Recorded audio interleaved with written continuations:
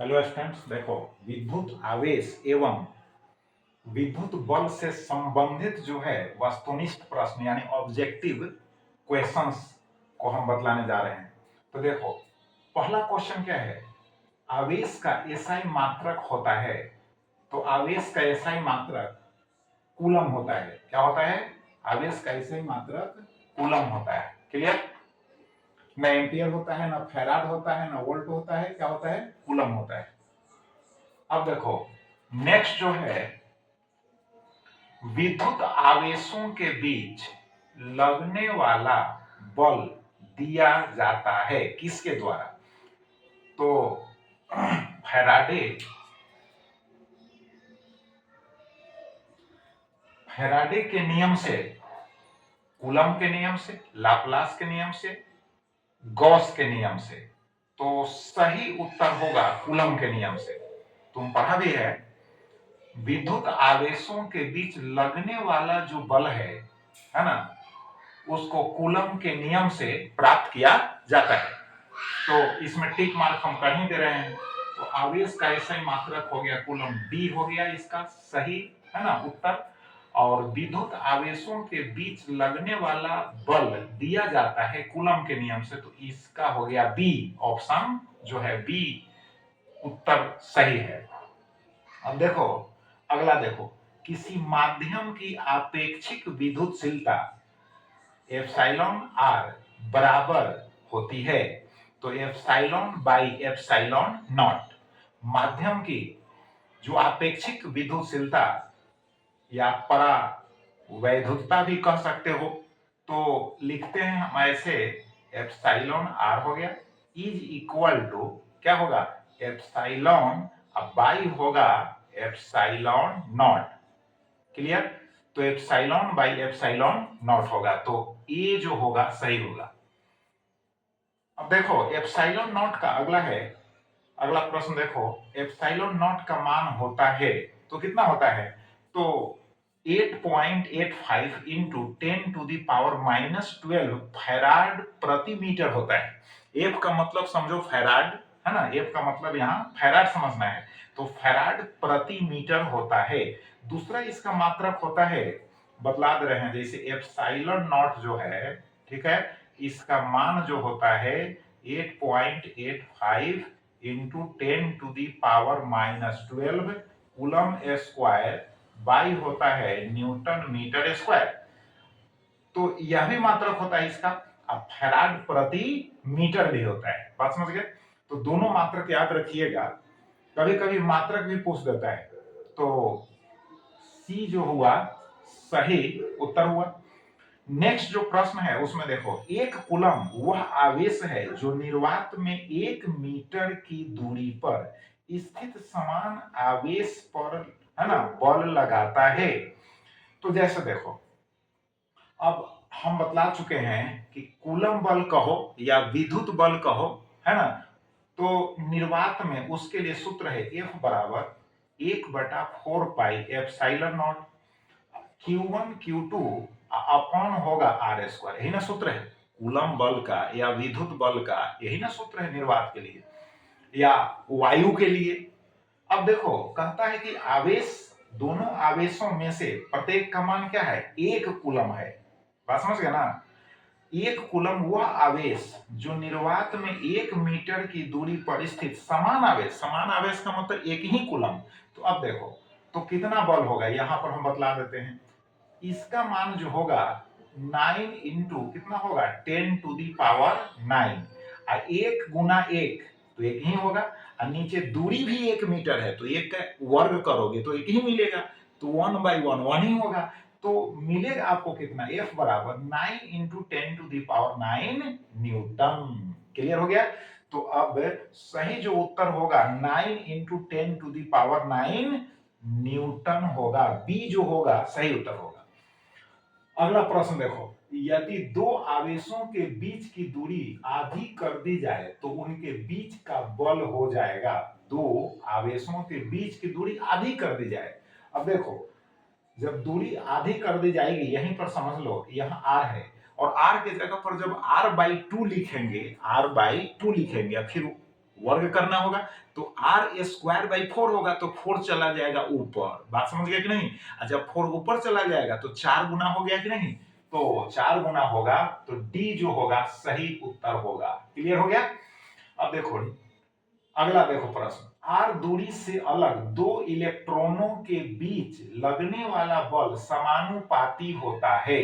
ठीक, तो लगने वाला बल कौन बल, आवेशों के बीच में जो बल लगता है वह विद्युत बल ही तो होता है, उसे हम कूलम बल भी कहते हैं। तो उसका सूत्र यही है 1/4πε0 Q1 Q2 by R square. तो आर स्क्वायर है, ठीक, वहां दूरी के रूप में ही विकल्प दिया हुआ है, तो आर स्क्वायर है ना, तो आर स्क्वायर है, तो जब ऊपर लिखोगे अंश के रूप में तो आर पर पावर कितना हो जाएगा, -2 हो जाएगा, आर पर पावर -2 हो जाएगा। तो देखो समानुपाती कह रहा है, व्युत्क्रमानुपाती नहीं कह रहा है, समानुपाती, तो आर पर पावर -2 कौन सा विकल्प होगा सही, यानी डी जो विकल्प होगा सही, आर पर पावर -2 के सीधा समानुपाती होगा। क्लियर। अब देखो अगला प्रश्न है, निम्नलिखित में किसका अस्तित्व संभव नहीं है। यहाँ 4 विकल्प है, कौन संभव नहीं है यार। तो देखो आवेश जो है, आवेश का मान दिया हुआ है, चारों में आवेश का ही मान दिया हुआ है। तो देखो न्यूनतम जो आवेश है बतला चुके हैं 1.6 इंटू 10⁻⁻19 कूलम। एक इलेक्ट्रॉन पर जो आवेश का परिमाण होता है वह 1.6 इंटू 10⁻⁻19 कूलम होता है। ठीक है, अब इसका दोगुना हो सकता है आवेश, तिगुना हो सकता है आवेश, 4 गुना हो सकता है आवेश। तो ऐसा करके देखो, है ना, कि इसमें कहता है कौन संभव नहीं है, किसका अस्तित्व संभव नहीं है, अपने जो है कैच हो जाएगा। देखो 16 दूना 32, यानी 1.6 में 2 से गुना किया तो 3.2, 10⁻⁻19 कूलम तो रहेगा ही, तो ये तो संभव है। अब इसमें 3 से गुना करो तो कितना हो जाएगा, 16 3 48, 4.8, इसमें कोई विकल्प वैसा नहीं है। 4 से गुना करो, 16 चौका 64, तो 6.4 विकल्प है, तो यह भी सही है। इसमें 1 से गुना करना है, 2 से करना है, 3 से करना है, 4 से करना है ना, तो सभी संभव होंगे। अब देखो 1.6 इंटू 10⁻⁻19 कूलम यह भी संभव है, इतना तो है ही न्यूनतम आवेश, बट 2.4 गुना 10 पर पावर -19 कूलम संभव नहीं है, क्योंकि जब हम इसमें गुना करेंगे 1 से, 2 से, 3 से, 4 से, तो यह कभी नहीं आएगा। ठीक है, तो ऐसा आवेश संभव नहीं है, तो उत्तर हो गया सी। क्लियर। देखो अब अगला प्रश्न, कितने इलेक्ट्रॉन्स का आवेश 1 कूलम के बराबर होता है। तो याद रखना कितने, है ना, कितने इलेक्ट्रॉन्स का आवेश 1 कूलम के बराबर होता है, तो होगा 6.25 इंटू 10⁻18 बी होगा। अब इसको निकालने के लिए हम यहीं पर बतला रहे हैं, फॉर्मूला तुमको बतला दिए हैं, Q बराबर Ne। याद रखना जब भी इलेक्ट्रॉन्स की संख्या निकालना हो, मान लिया कि किसी पिंड पर आवेश का परिमाण दिया हुआ है या आवेश दिया हुआ है चिन्ह के साथ, प्रकृति के साथ, प्लस या माइनस में, तो प्लस माइनस से कोई लेना देना नहीं, आप केवल परिमाण को देखिएगा। यहां भी हम प्लस माइनस नहीं लिखे हैं, तो देखो Q बराबर एन। अब तुमको एन निकालना है तो क्या करोगे, Q बटा ई होगा कि नहीं। अब Q का मान 1 कूलम है, ई का मान 1.6 इंटू 10⁻⁻19 रखोगे, तो सोल्व करोगे तो आएगा 6.25 इंटू 10⁻18, मतलब इतना इलेक्ट्रॉन्स का आवेश जो होगा 1 कूलम के बराबर होगा। अब बात समझ गए। और इतना इलेक्ट्रॉन्स का आवेश जब 1 कूलम के बराबर होगा तो 1 इलेक्ट्रॉन के आवेश से, है ना, काफी बड़ा आवेश हुआ कि नहीं। चलो नेक्स्ट देखते हैं, यदि दो आवेशों के बीच की दूरी दोगुनी कर दी जाए, अब आवेशों के बीच की दूरी को कहता है, दूरी को कहता है दुगुनी कर दी जाए, तो उनके बीच लगने वाला बल घट जाता है, तो 1/4 होगा, क्योंकि देखो 1/4πε0 Q1 Q2 by R square, तो आर के जगह पर तुम लिखोगे 2r, यानी दुगनी करना है, आधी नहीं ना करना है, दुगनी करना है दूरी को, 2r, तो 2r का वर्ग करोगे तो 2 दूना 4 हो जाएगा, आर स्क्वायर, तो इसका मतलब 4 तो नीचे ही ना रहेगा, तो 1/4 क्या होगा, 1/4 गुना जो है घट जाएगी। क्लियर, तो बी जो होगा करेक्ट होगा। अब देखो एक स्टैट कूलम बराबर होता है, तो स्टैट कूलम समझो एक कूलम, यह भी मात्रक है आवेश का ही, जैसे कूलम मात्रक है उसी प्रकार से यह भी मात्रक है। तो एक कूलम बराबर होता है 3 × 10⁻, है ना, 10⁹ स्टैट कूलम होता है। एक स्टैट कूलम तो क्या होगा, 1/3 × 10⁹ क्या होगा, कूलम के बराबर होगा। तो उत्तर होगा बी। अगला प्रश्न देखो, इलेक्ट्रॉन का विशिष्ट आवेश होता है। अब इलेक्ट्रॉन का विशिष्ट आवेश का मतलब समझो कि इलेक्ट्रॉन के आवेश में इलेक्ट्रॉन के द्रव्यमान से भाग देते हैं। फिर से समझो, इलेक्ट्रॉन के आवेश में, ठीक, इलेक्ट्रॉन के द्रव्यमान से भाग देते हैं तो जो राशि प्राप्त होती है उसी को हम कहते हैं इलेक्ट्रॉन का विशिष्ट आवेश। तो इलेक्ट्रॉन का विशिष्ट आवेश का सही विकल्प होगा 1.75 इंटू 10⁻11 कूलम, है ना, प्रति केजी। क्योंकि आवेश का एस आई मात्रा कूलम होता है, द्रव्यमान का केजी, तो कूलम प्रति केजी मात्रक तो सही है, सभी में मात्रक सही है, लेकिन यहाँ पर संख्या में 1.75 इंटू 10⁻11 कूलम प्रति केजी होगा। इसको याद कर लीजिएगा।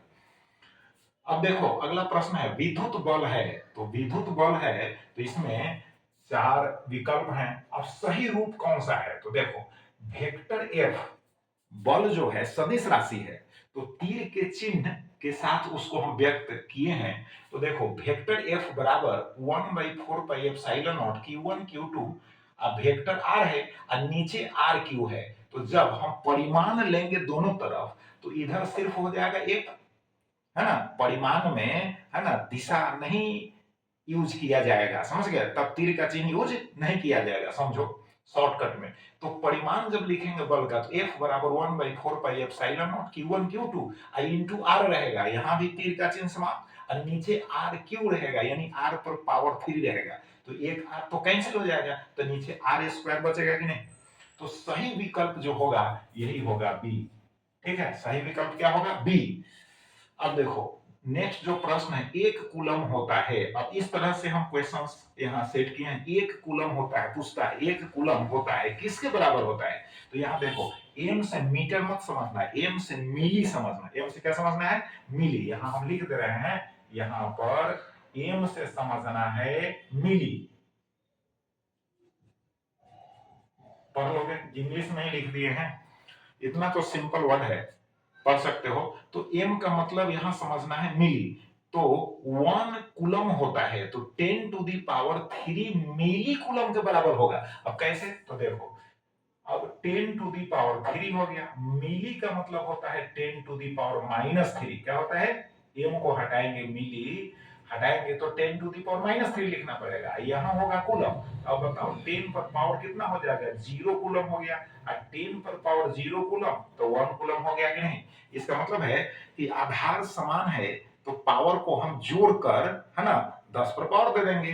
तो यहाँ 3 है और यहाँ -3 है, तो जोड़ोगे तो क्या हो जाएगा, 0 होता, 0 ही ना होगा। तो 10 पर पावर होगा 0, जिसका मान होगा 1, तो 1 कूलम बराबर हो गया कि नहीं। उसी प्रकार से अब इसमें हो जाएगा 10⁻³ यानी बी होगा सही। और 1 कूलम फिर होता है तो माइक्रो में, देखो सब में माइक्रो माइक्रो कूलम लिखा हुआ है, तो 10⁻6 माइक्रो कूलम, यह सही होगा। कहोगे कैसे, तो देखो यहाँ पर माइक्रो लिखा हुआ है तो 10⁻6, माइक्रो को हटाओगे तो 10 हो जाएगा -6 कूलम, तो 10 हो जाएगा 0 कूलम। 10 कितना हो जाएगा, 0 कूलम।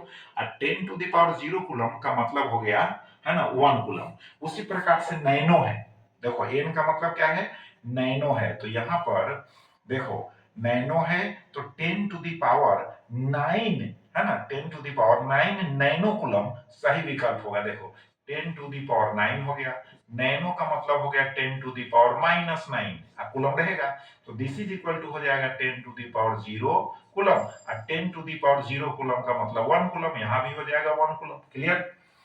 फिर है एक और है, एक कूलम होता है, यहाँ पी से पिको समझना, तो सब में पिको लगा हुआ है, इसका मतलब हो गया कि सब में पिको लगा हुआ है। तो समझो यहाँ 12, यानी यह जो विकल्प है 10⁻12 पिको कूलम, यह सही होगा।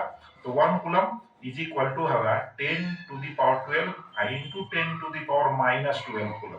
अब 10 हो जाएगा 0 कूलम और 10⁻0 कूलम का मतलब हो गया 1 कूलम। जैसे 10 पर घात क्या है, शून्य है, इसका मतलब 1 हुआ, समझ गया ना, 10 पर घात शून्य है, इसका मतलब 1 हुआ, तो 1 कूलम बराबर हो गया। तो इतने क्वेश्चंस को हम अभी समझाए हैं। अब आपका ड्यूटी है इनको याद करना है और फिर सुनाना है। क्लियर? फिर नेक्स्ट वीडियो में हम देखेंगे, नेक्स्ट क्वेश्चंस के साथ हम आएंगे। ठीक, थैंक यू।